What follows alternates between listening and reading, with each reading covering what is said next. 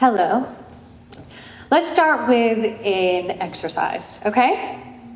I'm gonna give you all a symptom that could be connected to mental illness, and I wanna see if any of you can relate. So raise your hand if you've ever had trouble getting your homework done. Yeah. We could all have ADHD, or OCD, or nothing.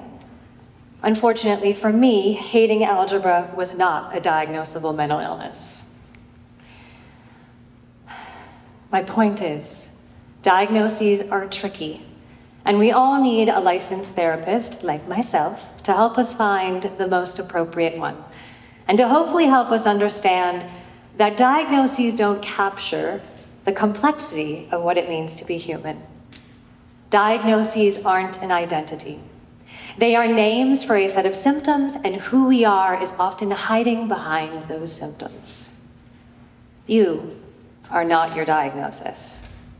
But I see how you all talk about diagnoses these days on TikTok, like they're astrological signs. No one is a depressed moon with a narcissistic sun and a BPD rising, no matter what co-star tells you. I am here to challenge everyone to redefine what it means to be diagnosed, and why not to identify with it. Last year, at this very time, I was sick. And the longer the pain continued, I fell into a depression. I didn't touch my guitar for over a year. It just hung there on the wall staring at me with shame. Instead, I laid whole afternoons on the living room floor. And I tried to tell people that I was sinking, but it is still hard for us to understand illnesses that we can't see. Every once in a while, I would catch a glimmer of my essence bubble up, and I would try to grasp for it like a bobbing log in a rapid river. And I would try to catch my breath and remind myself who I was. And then I did something super cringy. I wrote, "I can do this," on a giant whiteboard. And I wrote it on a whiteboard so I could erase it. But I wrote it because I needed the me that was avoiding the pain to help me find new strategies to handle that pain. Diagnoses for clinicians and people like teachers are helpful in understanding what a client or a student is going through. They were originally created for me and not you. But many people feel seen and empowered by them. It gives them an explanation for their feelings, and sometimes even a chance at forgiveness. And we are in an incredibly exciting time in mental health. This generation's embrace of self-love and acceptance is revolutionary, and I am so proud, and I am so grateful for making people like me relevant. Therapists are the new rock star. This wasn't the case for someone like Mimi, who probably struggled with bipolar disorder her entire life, but she was never diagnosed and she was never treated.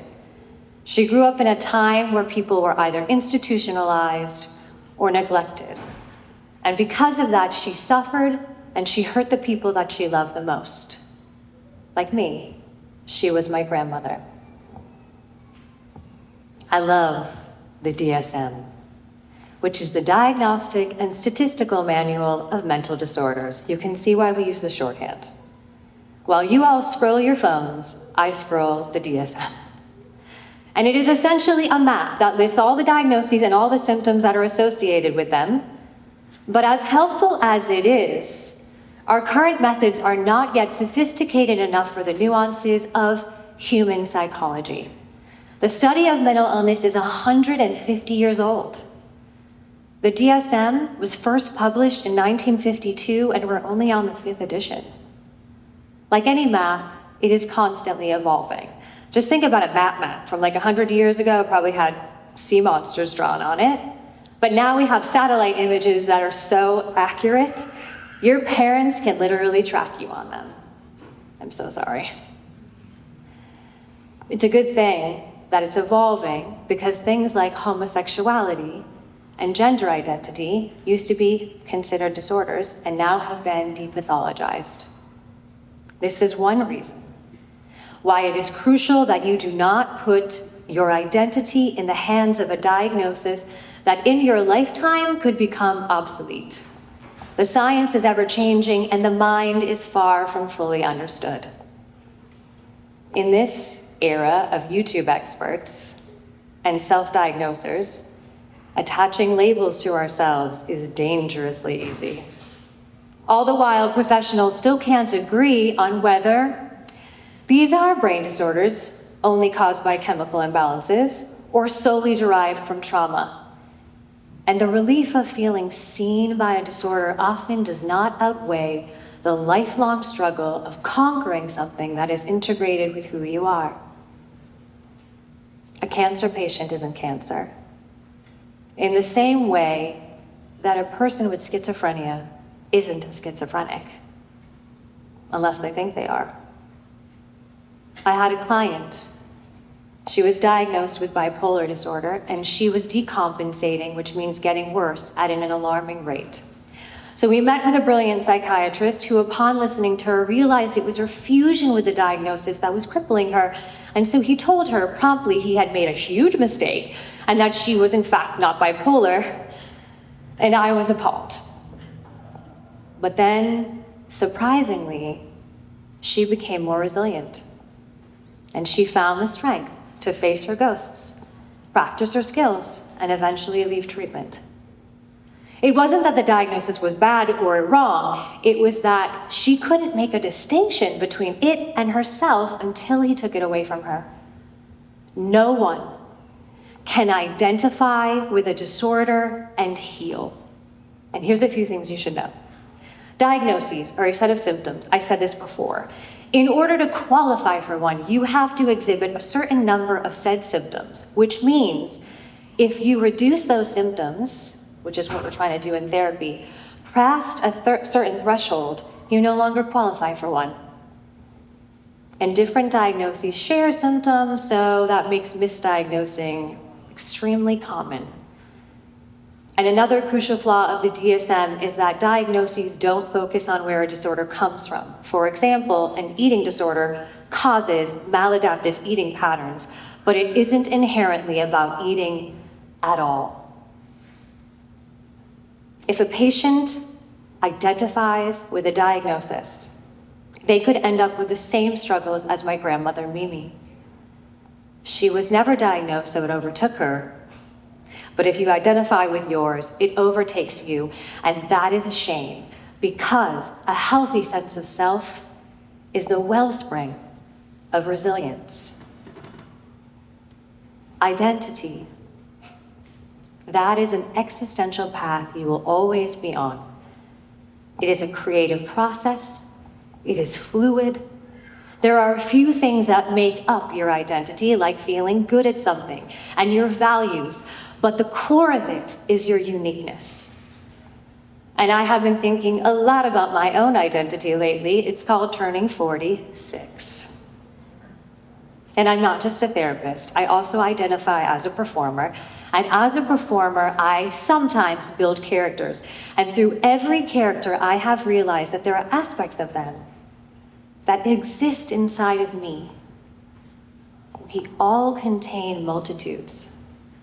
And the more diverse and integrated your identity, the healthier you are. This is why I feel for this generation. This mental health explosion is happening right as you're discovering yourself. You are entering, from age 12 to 19, a psychosocial stage called identity versus role confusion. It is your time to break free from your parental molds. That is why everything we do right now seems to irk you. I'm sure my daughter is out there currently looking at me through her fingers. But this stage makes you vulnerable to believing you are something, anything, that someone else tells you you are. So here's a therapist's gentle nudge. Be cautious about boxing yourself into a diagnosis.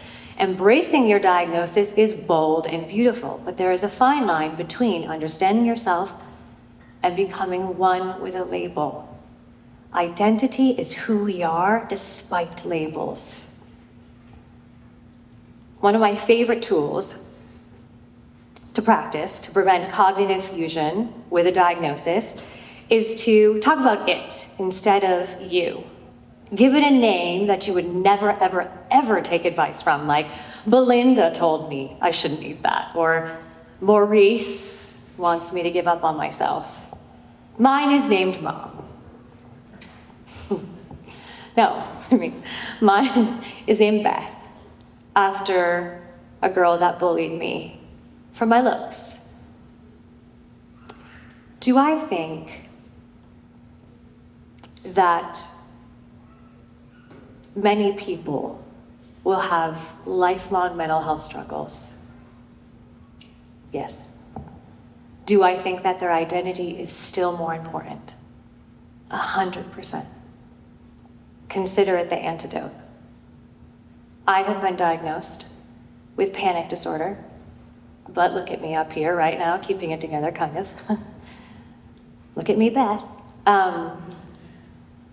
But despite panic disorder being considered a serious mental illness, I identify as brave despite it, and as a redhead with bangs, because nothing says she's going through something like bangs do, and I almost have bangs, you know?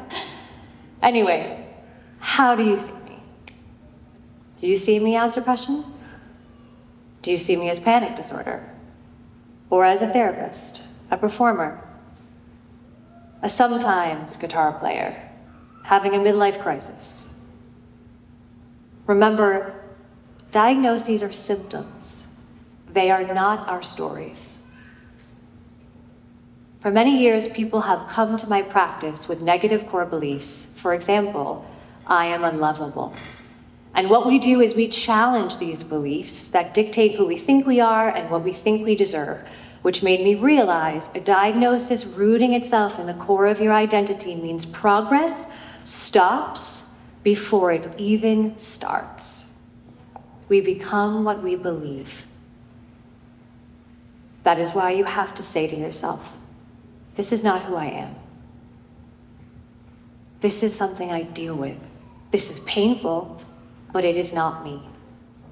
And you are in a crucial phase that can either be a vulnerability or a superpower. Focus your identity on your uniqueness, knowing that any box will hold you back.